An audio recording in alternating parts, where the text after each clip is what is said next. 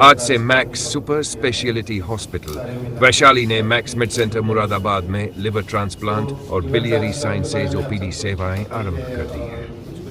Max super speciality hospital Vaishali ने आज मुरादाबाद स्थित मैक्स मिड सेंटर में लिवर ट्रांसप्लांट और बिलियरी साइंसेज की विशेष ओपीडी सेवाओं की शुरुआत की। इस ओपीडी सेवा की शुरुआत मैक्स हॉस्पिटल वैशाली के लिवर ट्रांसप्लांट और बिलियरी साइंसेज, रोबोटिक सर्जरी व पीडियाट्रिक लिवर ट्रांसप्लांट के associate director doctor Rajesh day और कंसल्टेंट डॉक्टर तेजल भोई की उपस्थिति में की गई। आपकी जानकारी के लिए बता दें कि ये दोनों विशेष टीम हर माह के तीसरे सोमवार को दोपहर 12 बजे से 2 बजे तक मरीजों को परामर्श देंगे।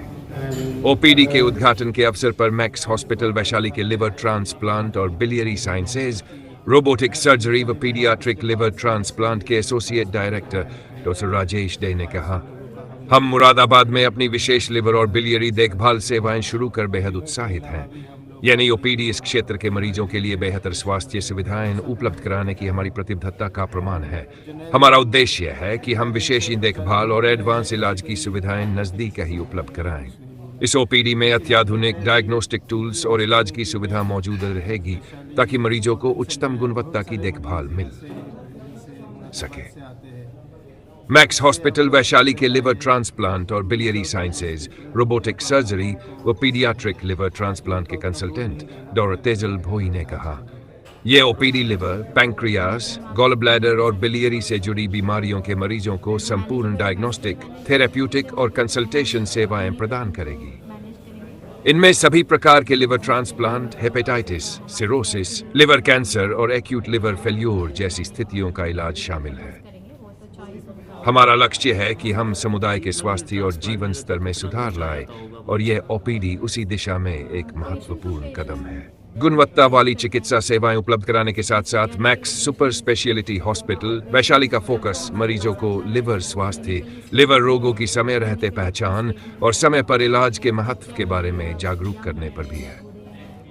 तो ये सारे फैक्टर्स, उनको पहले कुछ मेडिकल ट्रीटमेंट की ज़रूरत है या नहीं, या अपफ्रंट हम उसको ट्रांसप्लांट कर रहे हैं, तो ये सारे बहुत सारे फैक्टर्स हैं जो डिपेंड करते हैं टोटल खर्चे पे।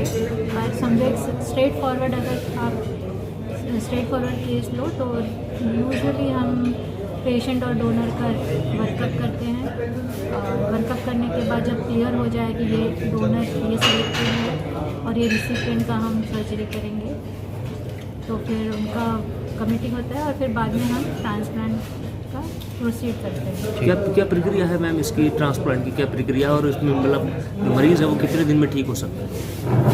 ऑन एन एवरेज जो पेशेंट होता है वो हमारे पास ऑपरेशन के एक दिन पहले एडमिट होता है और फिर बाद में 21 डेज उसका स्टे होता है, और डोनर हमारे pass on an average 10 days का स्टे होता है। और इस दौरान हम दोनों को हम हमारे सामने ही इतना ट्रेन कर देते हैं ताकि वो बाकी की लाइफ अपना केयर ले सके।